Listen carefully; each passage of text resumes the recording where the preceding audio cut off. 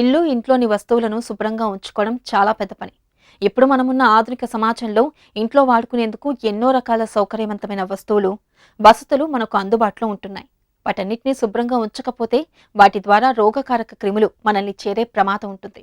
అయితే ఇంట్లో ఉన్న ఏ వస్తువుని, ఏ ప్రదేశాన్ని ఎన్ని రోజులకి ఒకసారి శుభ్రం చేస్తే సరిపోతుందనే అవగాహన కూడా చాలా అవసరం.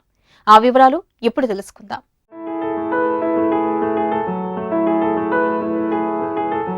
ఇంట్లో వస్తువులను ఎప్పటికప్పుడు శుభ్రం చేసినప్పుడే అవి కొత్త వాటిలా తలతలలాడతాయి. ఇల్లునే కాదు, ఇంట్లో ఉండే అనేక రకాల వస్తువులను సైతం తరచుగా శుభ్రం చేయాలి. మనం నిరంతరం వాడుతూ ఉండే ఫోన్ని ప్రతిరోజు శుభ్రం చేయాలి. అలా చేయకపోతే దానిపై రోగకారక క్రిములు చేరే ప్రమాదం ఉంటుంది. కిచెన్లో కూరగాయలు తరిగే ఉపరితలాలను, చాకులను కూడా ఎప్పటికప్పుడు ప్రతిరోజు శుభ్రం చేయాల్సిందే.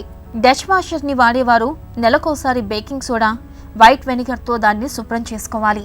3 లేదా 4 నెలలకొకసారి ఫ్రిడ్జ్లోని వాడిని బయటపెట్టి స్పూన్ బేకింగ్ సోడాని పావు కప్పు నీటిలో వేసి ఆ నీటిని ఫ్రిడ్జ్లో చల్లి శుభ్రంగా తొడవాలి. పూర్తిగా ఆరిన తరువాతే తిరిగి వాడాలి. బయట కంటే కూడా ఇంట్లో కానివ్వండి, ఆఫీసులో కానివ్వండి, ఎక్కువగా మనకు ఈ డస్ట్ కానివ్వండి, లేకపోతే శుభ్రత అనేది లేకపోవడం జరుగుతున్నట్టుగా చెప్తా ఉంది. సో ఎప్పుడైనా సరే మనం ఇంట్లో చూసుకున్నట్టయితే మనకు చిన్నపిల్లలు ఉంటారు, పెద్దవాళ్ళు ఉంటారు. సో వాళ్ళకి తరచుగా అలర్జీస్ కానివ్వండి, ఆస్తమా లాంటి ఇబ్బందులు కానివ్వండి, స్కిన్ ప్రాబ్లమ్స్ కానివ్వండి, లేకపోతే ఫ్రీక్వెంట్గా ఇన్ఫెక్షన్స్ రావడం కానీ జరిగితే ఖచ్చితంగా మనము ఇంట్లో ఏమైనా శుభ్రత లోపం ఏమైనా ఉందా, ఎక్కడైనా పొరపాటు చేస్తున్నామా అనేది ఆలోచన చేయాలి. ఇప్పుడు ఇంట్లో చూసినట్టయితే మనం అనుకున్నట్టుగా ఆరోగ్య సమస్యలు మనకు ఎక్కువగా రాకుండా ఉండాలి. పిల్లలు కానీ పెద్దవాళ్ళు ఎక్కువగా వాళ్ళ యొక్క ఇమ్యూనిటీ, రెసిస్టెన్స్ పవర్ తక్కువ ఉంటుంది కాబట్టి వాళ్ళకి ఇన్ఫెక్షన్స్ రాకుండా కానీ అని అనుకున్నట్టయితే మనం ఇంటి గురించి ఖచ్చితంగా శుభ్రంగా పెట్టుకునేట్టుగా ఆలోచించాలి. అయితే ఏవేవి ఎక్కడ ఉంటాయి అనేది ఒకసారి గమనిస్తే మనం చూసినప్పుడు ముఖ్యంగా కిచెన్లో చూసినట్టయితే వంట ఎక్కడైతే చేస్తామో బాగా మనం యూస్ చేసేవి ఏవైతే ఉన్నాయో అక్కడ కట్ చేసే మెటీరియల్ కానీ, ప్లాంక్స్ కానీ, లేకపోతే మనకుండే గ్యాస్ స్టవ్ కానీ, లేకపోతే చిమ్నీస్ కానీ, ఇవన్నీ కూడా మనం చూసినట్టయితే వాటిని రెగ్యులర్ పర్పస్లో క్లీన్ చేసుకోవడం అవసరం. ఎందుకంటే ఎప్పుడైతే లెఫ్ట్ ఓవర్ ఫుడ్ కానీ అవన్నీ కూడా లేకపోతే బయట నుంచి వస్తాయి కాబట్టి వాటి వల్ల ఇన్ఫెక్షన్స్ వచ్చే అవకాశం ఉంటుంది. కాబట్టి నెక్స్ట్ డే మనం క్లీన్ చేసుకోకపోతే మనకు హెల్త్ పరంగా రిస్క్ పడే వాళ్ళం అవుతాం. అలమరాలు, పుస్తకాల ర్యాక్లు, అద్దాలు, ఫోటో ఫ్రేమ్లు, టేబుల్స్ ఇలాంటి వాటిపై దుమ్ము బాగా చేరుతుంది. వీటిని తప్పకుండా వారానికి ఒకసారి శుభ్రం చేస్తూ ఉండాలి. ఇక టీవీ రిమోట్ సంగతి చెప్పనక్కర్లేదు. అది ఇంట్లో ఉండని ప్రదేశం ఉండదు. అందరి చేతుల్లో ఇంట్లో అన్ని ప్రదేశాల్లో తిరిగే రిమోట్ని వారానికి ఒకసారి శుభ్రం చేయాలి. కిటికీలను 3-4 నెలలకొకసారి శుభ్రం చేస్తూ ఉండాలి. అలాగే కర్టెన్లను సైతం అదే కాల పరిమితిలో ఉతకడం మంచిది. టాయిలెట్స్ని ప్రతిరోజు శుభ్రం చేయాల్సిందే. తడి మేకప్ వేసుకునే బ్రష్లని వారానికి ఒకసారి, పొడి మేకప్ వేసుకునే బ్రష్లను నెలకొకసారి శుభ్రం చేసుకోవాలి. ఫ్రిడ్జ్లో మనం అన్నీ కూడా అందులో పెట్టేస్తాం. అంటే ఫ్రూట్స్ కానీ, వెజిటేబుల్స్ కానీ, కర్డ్ కానీ, పచ్చళ్ళు కానీ ఇప్పుడు చూస్తే ఫ్రిడ్జ్లో అన్నీ అవే ఉంటాయి. సో ఆ ఫ్రిడ్జ్ని కూడా మనం రెగ్యులర్గా అంటే అట్లీస్ట్ ఒక 2-3 మంత్స్కి ఒకసారో, కుదిరితే ఎవ్రీ మంత్ క్లీన్ చేసుకోవడం అవసరం. ఎందుకంటే లెఫ్ట్ ఓవర్స్ ఉంటాయి, మనం వెనక ఇక్కడ పెట్టుంటాం, అవి మర్చిపోతాం, మనం చూసుకోము. అది ఫుడ్ పదార్థాలు ఒక్కోసారి మనం బిజీలో ఉంటాం, అన్నీ చెక్ చేసుకోలేం. సో అందుకని ఈ రిఫ్రిజిరేటర్ని కూడా రెగ్యులర్గా అట్లీస్ట్ 2-3 మంత్స్కి ఒకసారైనా, మినిమం మంత్, ఒకవేళ ఎక్కువగా యూస్ చేస్తే ఎవ్రీ మంత్ అయినా సరే క్లీన్ చేసుకోవడం అనేది చాలా అవసరం.